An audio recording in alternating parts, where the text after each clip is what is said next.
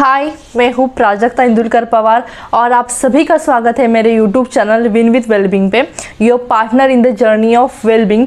तो आज का हमारा टॉपिक है कि यंग कैसे दिखें, फॉर लॉन्गर पीरियड आप यंग कैसे दिखे, इसके बारे में मैं आपके साथ डिस्कस करने वाली हूँ।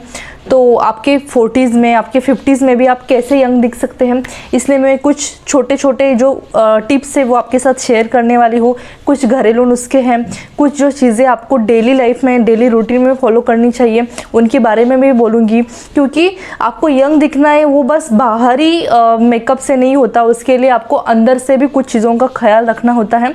तो उसके बारे में ये पूरे वीडियो में मैं आपके साथ डिस्कस करने वाली हूँ। तो ये पूरा वीडियो आप एंड तक पूरा देखिए। साथ ही आपने अभी तक मेरे चैनल को सब्सक्राइब नहीं किया है तो प्लीज़ मेरे चैनल को सब्सक्राइब करें और साथ ही जो बेल आइकन है उसे भी हिट करें, क्योंकि अगर मैं जब भी नया वीडियो अपलोड करूंगी तो उसकी नोटिफिकेशन आपके पास आती रहेगी और आपसे मेरी कोई भी वीडियो मिस नहीं होगी।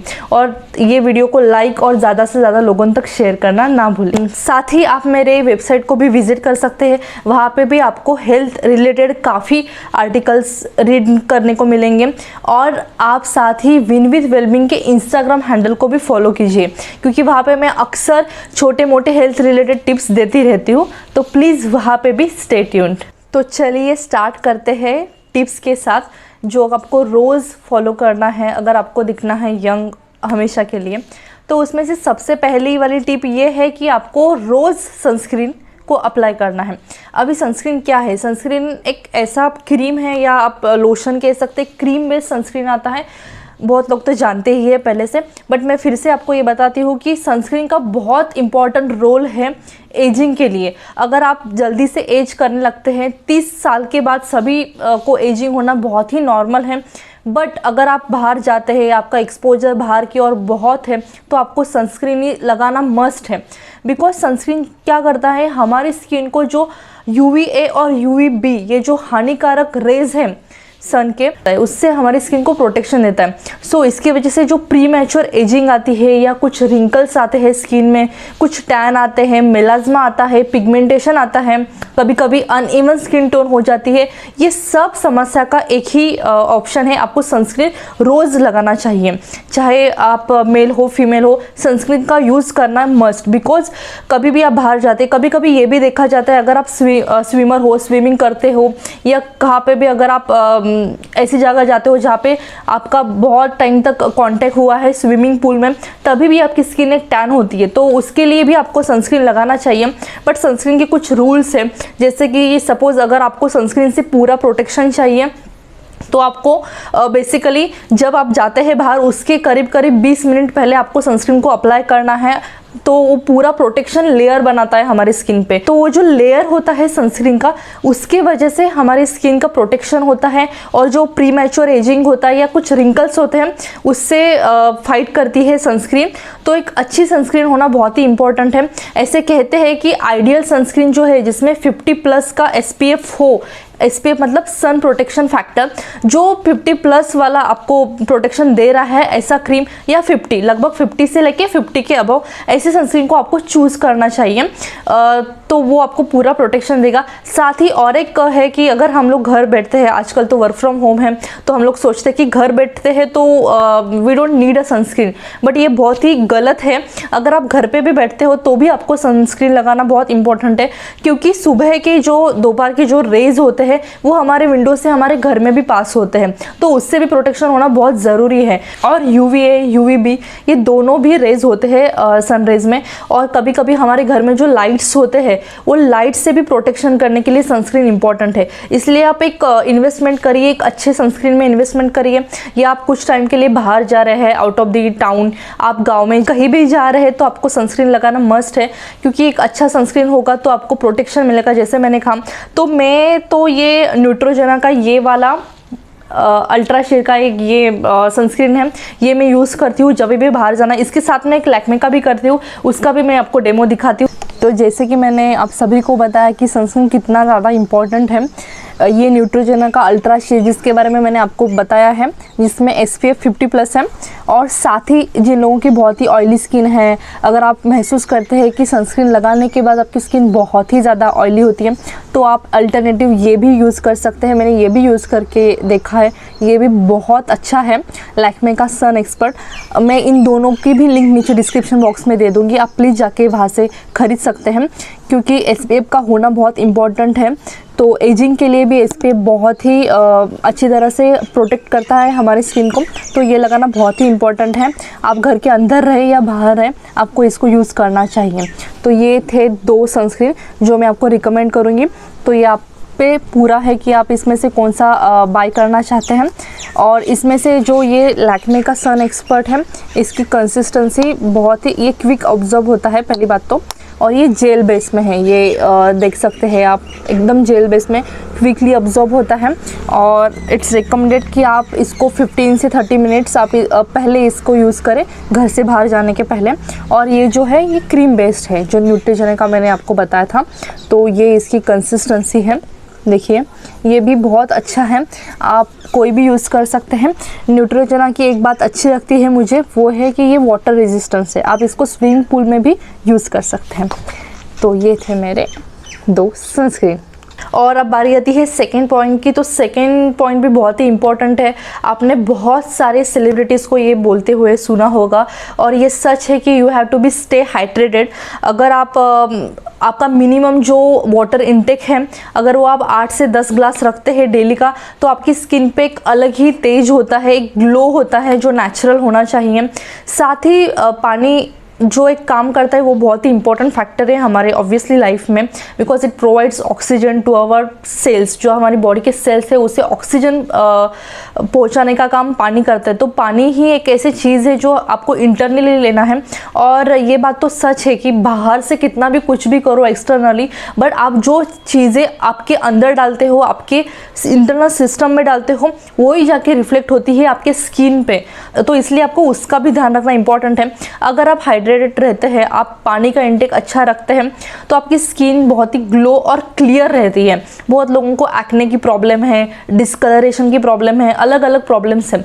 तो आप उसके लिए जो बॉडी में टॉक्सिन्स प्रेजेंट है, क्योंकि जो बॉडी में टॉक्सिन्स प्रेजेंट है, कभी कभी हमारी बॉडी जो है उसके संकेत देती है, कुछ निशानियाँ बताती है। तो उसके वजह से भी अगर आप पानी रोज़ पीते हैं, अच्छा इंटेक रखते हैं, तो आपके जो टॉक्सिन्स है बॉडी में वो रिमूव होते हैं, रोज़ के रोज़ वो फ्लश आउट होते हैं।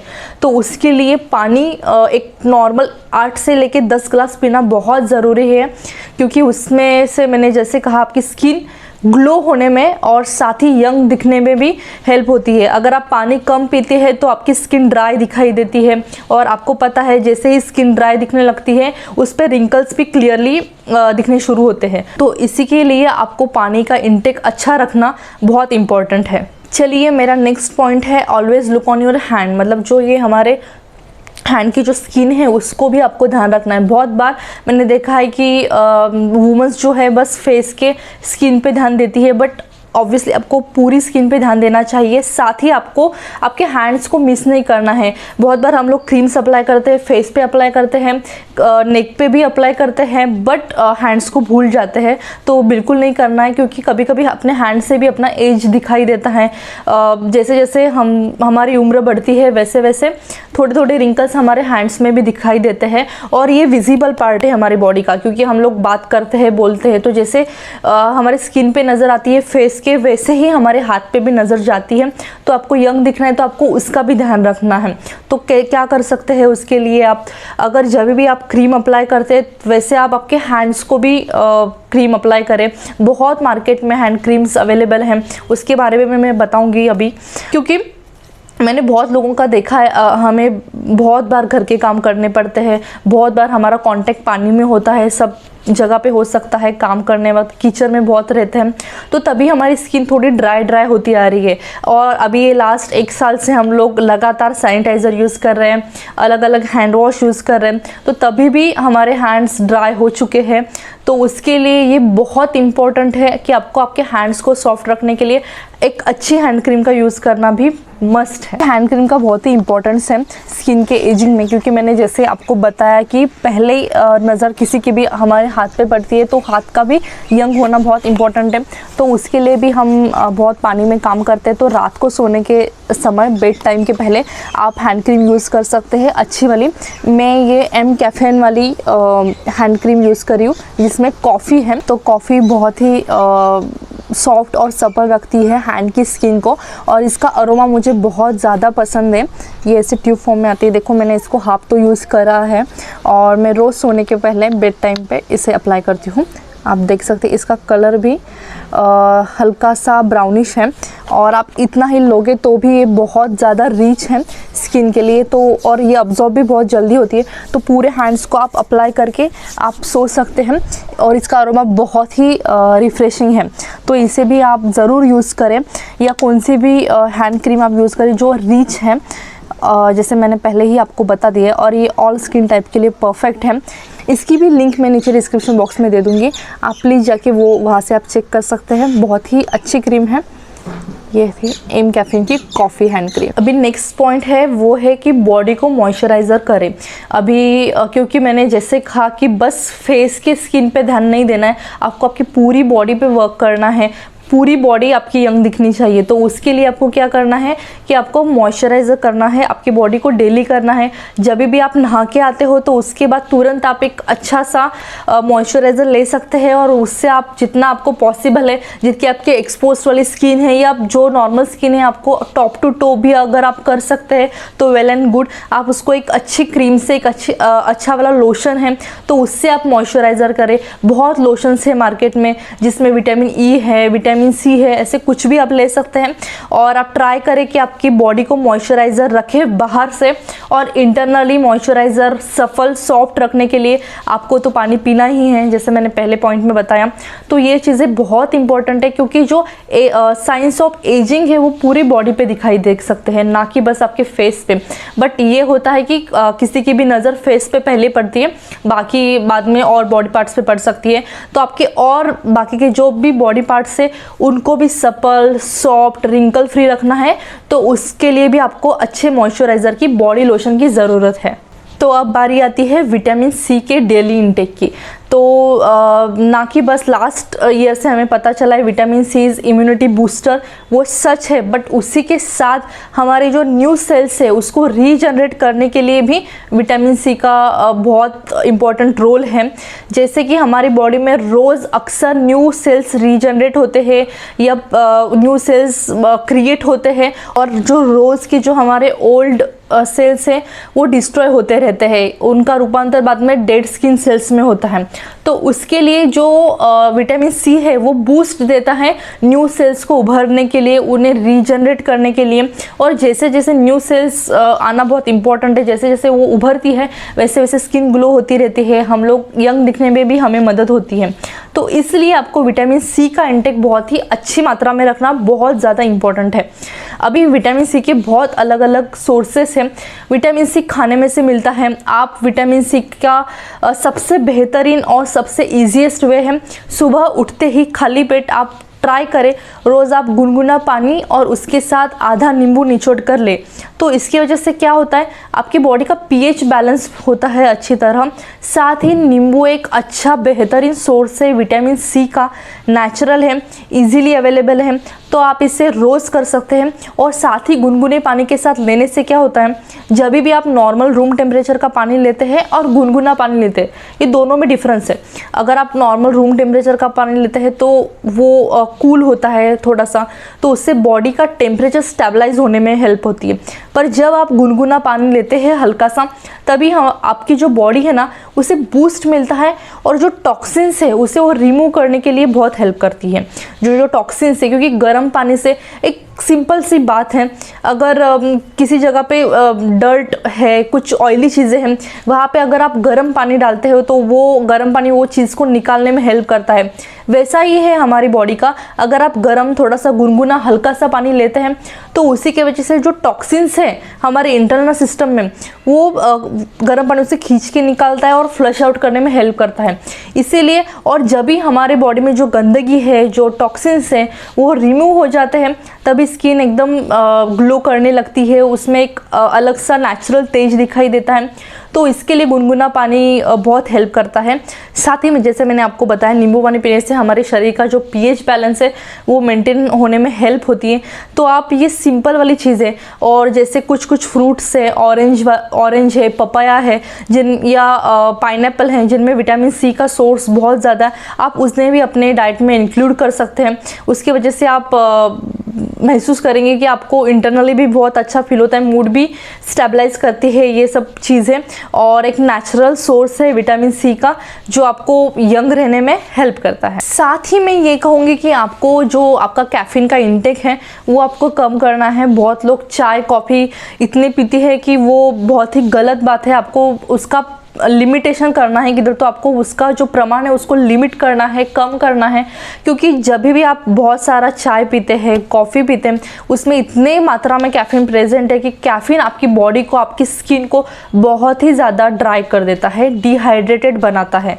तो आपको उसका प्रमाण तो कम करना ही करना है। पर अगर आप आपकी स्किन को डेडिकेटली बहुत अच्छा रखना चाहते हैं, आप आपकी स्किन को लेके बहुत कंसर्निंग है, तो आपको एक बात तो करनी ही चाहिए, आप सीधा स्विच करें।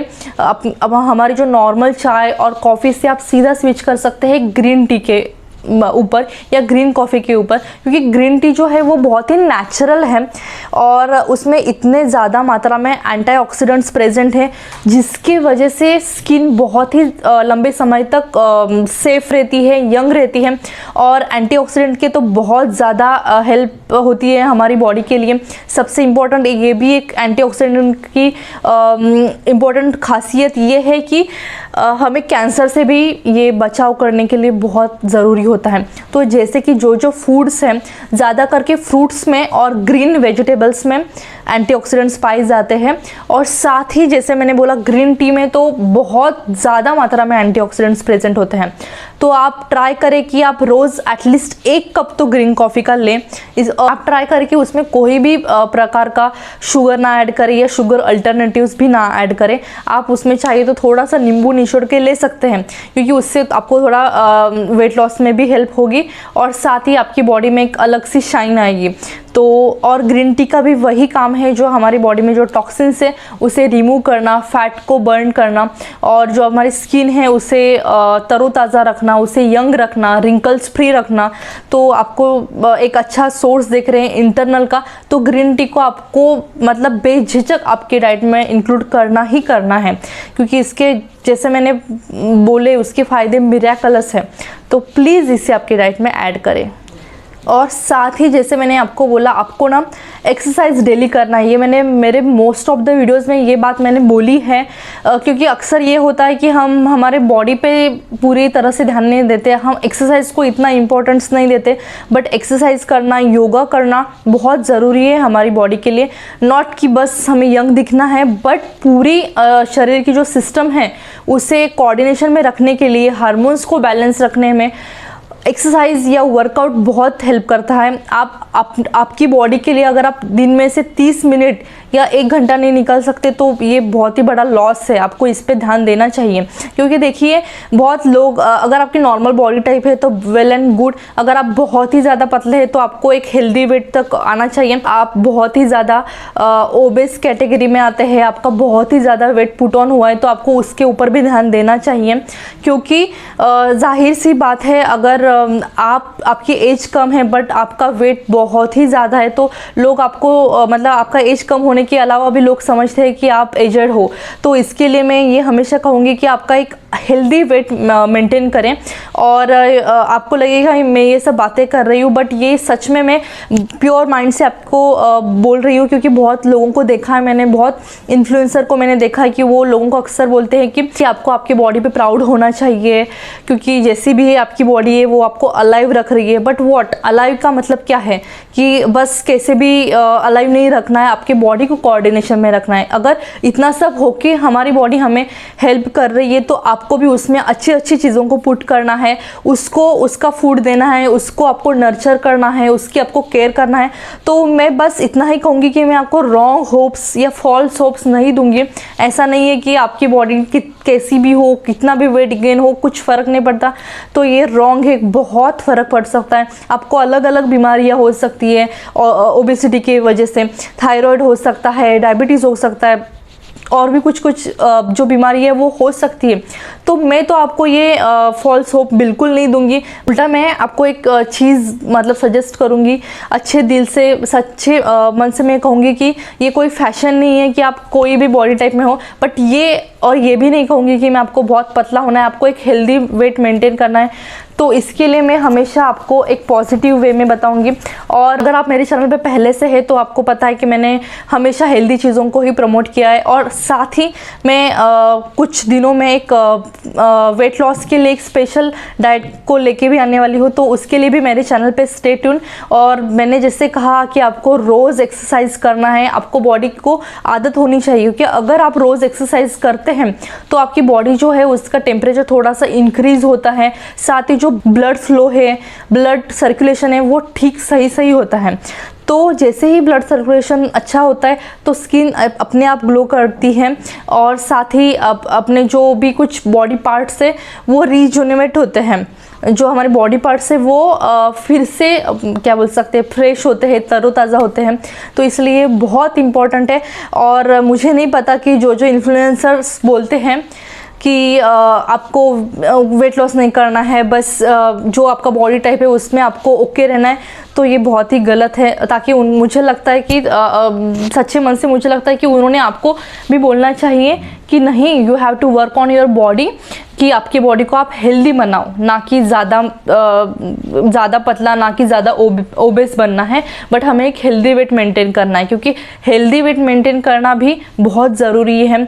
आपको यंग दिखना भी, उसके साथ मतलब बाकी के जो प्रिविलेजेस हैं वो अपने आप आते हैं। फिर उसमें यंग दिखना हो सकता है या फिट रहना, ये प्रिविलेज एक अच्छी हेल्दी बॉडी की वजह से ही आते हैं। तो आई होप आप इससे थोड़ा सा आपको एक पॉजिटिव मोटिवेशन मिलेगा और आप आपकी बॉडी पे वर्क करना चालू करेंगे। अच्छा क्लीन डाइट लो, न्यूट्रिशियस डाइट लो, आपकी बॉडी में वही अच्छी चीज़ें पुट करो जिसकी वजह से आपकी बॉडी आपको थैंक यू बोलेगी। और थोड़ी थोड़ी एक्सरसाइज करो, स्टार्ट तो करो, उसके बाद आप खुद ही बहुत अच्छा फील करेंगे कि मेरी बॉडी अभी बहुत अच्छे से है, फ्रेश है। आप थोड़ा सा वेट कम करोगे, अगर आप ओबेस कैटेगरी में हो तो आपको बहुत अच्छा फील होगा, और इससे अच्छी कोई बात ही नहीं है। तो ये था मेरा पॉइंट कि आपको रोज़ करना है एक्सरसाइज, सिंपल एक्सरसाइज करें, कुछ भी करें, बट इसे ज़रूर करें। साथ ही मेरी नेक्स्ट टिप है वो है कि आपको ब्रीदिंग एक्सरसाइज करना है। ब्रीदिंग से क्या होता है, जो मोस्ट ऑफ द एक योगा है जिसके बारे में आपने पहले ही सुना होगा बहुत बार, वो है कपालभाति। उसके तो बेनिफिट्स बहुत ही ज़्यादा और बहुत ही अच्छे उसके बेनिफिट्स हैं। उसका सबसे अच्छा बेनिफिट्स मुझे ये लगता है कि कपालभाति करने से अगर आपने देखा होगा आपके पहचान में जो कोई कपालभाति करता है उसकी स्किन पे, उसके चेहरे पर एक अलग ही तेज होता है। तो उसका मतलब है कि कपालभाति करने के टाइम ज़्यादा से ज़्यादा ध्यान दिया जाता है ब्रीदिंग पे, क्योंकि वो पूरा जो योगा है वो ब्रीदिंग के टेक्निक्स पे डिपेंड करता है। कपालभाति होने दो या प्राणायाम होने दो, नाक से मोस्टली सांस अंदर लेके दूसरे नाक से छोड़ने का, ऐसे जो टेक्निक्स आते हैं जिसमें ब्रीदिंग को बहुत इंपॉर्टेंस दिया जाता है, ऐसी एक्सरसाइज आपको करनी चाहिए। क्योंकि जैसे ही आप ज़्यादा ऑक्सीजन अंदर खींचते हैं तो पूरे बॉडी के जो सेल्स है उससे ऑक्सीजन पहुंच जाता है, और जब भी आप उसको होल्ड करते हो ज़्यादा से ज़्यादा तो वो जो ऑक्सीजन है वो पूरे बॉडी में लाइक सर्कुलेट होता है, और उसके बाद आप उसको रिलीज़ करते हो। तो ये जो टेक्निक है इसके आप रिपीटेशंस कर सकते हैं, पर ब्रीदिंग एक्सरसाइज पे स्पेशली ध्यान दें अगर आप स्किन के बारे में ज़्यादा कंसर्न है तो। साथ ही मैं बोलूँगी कि अगर आप जंक फूड्स बहुत खाते हैं, बहुत ही ऑयली फूड खाते हैं, वो भी बाहर के, तो आपको वो कम्प्लीटली बंद करना चाहिए। बट हाँ, अभी हम भी ह्यूमन हैं, हमें भी बहुत चीज़ों की आदत होती है, बट किसी भी चीज़ की एक लंबे समय तक हैबिट ना बनाएं। आप चाहे तो वीक में एक बार खा सकते हैं या कभी कभार आप खा सकते हैं, बट आपको ये जो चीज़ें हैं जंक फूड, ऑयली जो बाहर के फूड है स्पेशली, उनको आपको सैक्रिफाइस करना होगा, क्योंकि वो चीज़ें एजिंग में बहुत ज़्यादा गंदा इफेक्ट डालती है। एजिंग करने में वो चीज़ें हेल्प कर, जो कि बहुत ही गलत है। तो इसके लिए मैं आपको बोलूँगी कि अगर आपको बहुत टाइम तक, लंबे समय तक यंग दिखना है तो आप ट्राई करें कि आप फ्रूट्स खाने में ज़्यादा ध्यान दें, तो मैं ये बोलूँगी कि फ्रूट्स का जूस लेने से भी अच्छा है फ्रूट्स को खाइए। जैसे ही आप उसको चू करते हैं, चबा चबा के खाते हैं, तो उसके साथ मतलब उसके जूस के साथ साथ ही आपको फाइबर का भी एक अच्छा रिच सोर्स मिल जाता है। तो फाइबर भी बॉडी में होना इम्पोर्टेंट है, क्योंकि अगर फाइबर बॉडी में प्रेजेंट है, फाइबर बॉडी में रोज़ के रोज़ उसका इंटेक होता है, तो उसी की वजह से आपकी जो डाइजेस्टिव ट्रैक है उसकी भी हेल्थ इंप्रूव होती है और आपका जो इंटरनल सिस्टम है वो भी क्लीनेज होने में हेल्प होती है। तो उसके लिए आपको फ्रूट्स को कभी भी लाइक जूस वगैरह करके नहीं खाना है, आप उसको ट्राई करके उसको आप चबा चबा कर खाएं। और दूसरी बात है कि ग्रीन वेजिटेबल्स की, तो ग्रीन वेजिटेबल्स को भी आपके डाइट में इंक्लूड करें। चाहिए तो आप ग्रीन वेजिटेबल्स को नॉर्मली सॉटे करके भी खा सकते हैं, बट उसे ओवर कुक ना करें कभी भी, क्योंकि उसके जो न्यूट्रिशंस है वो मोस्टली उड़ जाते हैं। तो इसके लिए आप जैसे आपको है तो आप उसको थोड़ा सा रॉ या थोड़ा सा क्रिस्पी ऐसे रख के खा सकते हैं, तो उससे आपको बहुत ज़्यादा हेल्थ बेनिफिट्स मिलेंगे। और साथ ही मैं ये भी कहूँगी कि इंडिया में बहुत ऐसे फ्रूट्स हैं जो सीजनल हैं। मतलब मैं ये नहीं कहूँगी कि आप बस एक ही फ्रूट खाते रहे, क्योंकि हमारे जैसे जैसे सीजन्स चेंज होते हैं तो वैसे वैसे अलग अलग फ्रूट्स हमें दिखाई देते हैं। तो हर एक सीज़न में जो जो फ्रूट आता है आप उसे खाने पे ध्यान दीजिए, क्योंकि वो टाइम में वो सीज़न में हमारी बॉडी के लिए बहुत ही बेनिफिशियल होता है। तो इसलिए जो जो मार्केट में सीजनल फ्रूट आते हैं या जो जो फ्रूट्स होते हैं उसे आपको खाना चाहिए, क्योंकि हर एक फ्रूट की एक अलग अलग स्पेशलिटी है, उसमें अलग अलग न्यूट्रिशंस पाए जाते हैं। तो आपको हर एक फ्रूट खाना बहुत इंपॉर्टेंट है, इसलिए सीजनल फ्रूट्स को आपके डाइट में इंक्लूड करें ही करें। और साथ ही जैसे मैंने पहले ही कहा है कि आपको जंक फूड नहीं खाना है, तो जो मिड टाइम की क्रेविंग होती है, कुछ भी होती है, आप ट्राई करें कि आप ड्राई फ्रूट्स खाएं। उसके मतलब उसके रिप्लेस में आप ड्राई फ्रूट्स को प्रेफर कर सकते हैं। ड्राई फ्रूट्स में फिर आप कुछ भी हो, आप बादाम खा सकते हैं, अखरोट खा सकते हैं, किशमिश खा सकते हैं, रेजिन्स खा सकते हैं, तो उसके भी बहुत हेल्थ बेनिफिट्स है। ब्लैक रेजिन्स भी आप खा सकते हैं, काली किशमिश। तो और काली किशमिश के और भी बहुत फ़ायदे हैं, तो उसके लिए भी मैंने एक पोस्ट मेरे विन विथ वेलबींग के इंस्टाग्राम हैंडल पे शेयर किए, आप जाके वो भी पोस्ट चेक कर सकते हैं, तो आपको उसके और हेल्थ बेनिफिट्स पता चलेंगे। तो इसके लिए आपको ड्राई फ्रूट्स खाने पे आपको ध्यान देना चाहिए, ना कि जंक फूड खाना चाहिए, क्योंकि ड्राई फ्रूट्स के भी बहुत ज़्यादा फ़ायदे हैं। ये भी एक अच्छा सोर्स है आपको ज़्यादा टाइम तक यंग रखने के लिए, तो इसके लिए आपको आपके डाइट में ड्राई फ्रूट्स को ऐड करना ही करना है। तो गाइज़ आज के वीडियो में इतना ही, बट मैं ये टॉपिक का सेकेंड पार्ट भी लेके आ रही हूँ, क्योंकि ये स्किन के जो केयर के जो टिप्स हैं वो एक वीडियो में कवर नहीं होंगे, और मैं बनाऊँगी तो वीडियो भी बहुत लंबा हो सकता है, इसलिए मैं एक दूसरा पार्ट लेके आ रही हूँ स्किन टिप्स के बारे में। तो उसके लिए भी आपको ट्यून रहना है मेरे चैनल पे, बिकॉज मैं दूसरे पार्ट में आपके साथ कुछ जो टिप्स है, और भी कुछ टिप्स है, मैं वो आपके साथ शेयर करने वाली हूँ। और साथ ही मैं आपके साथ एक ऐसा फेस सीरम शेयर करने वाली हूँ जो आप घर पे भी बना सकते हैं, और उसके जो बेनिफिट्स हैं वो बहुत ही कमाल के हैं। तो इसके लिए आपको मेरे चैनल पे स्टे ट्यून्ड रहना है। और जैसे कि मैंने कहा कि आपने अभी तक मेरे चैनल को सब्सक्राइब नहीं किया है, तो प्लीज़ मेरे चैनल को सब्सक्राइब करें, साथ ही जो बेल आइकन है उसे भी प्रेस करें, ताकि मैं नया वीडियो डालूंगी, मैं इसका सेकेंड पार्ट भी डालूंगी, तो उसकी नोटिफिकेशन आपके पास आती रहेंगी। इसलिए मेरे चैनल को सब्सक्राइब करें और बेल आइकन को भी हिट करें, और ये वीडियो को लाइक कमेंट करें और ज़्यादा से ज़्यादा लोगों तक शेयर करना ना भूलें। थैंक यू, स्टे ट्यून्ड, मिलते हैं नेक्स्ट वीडियो में।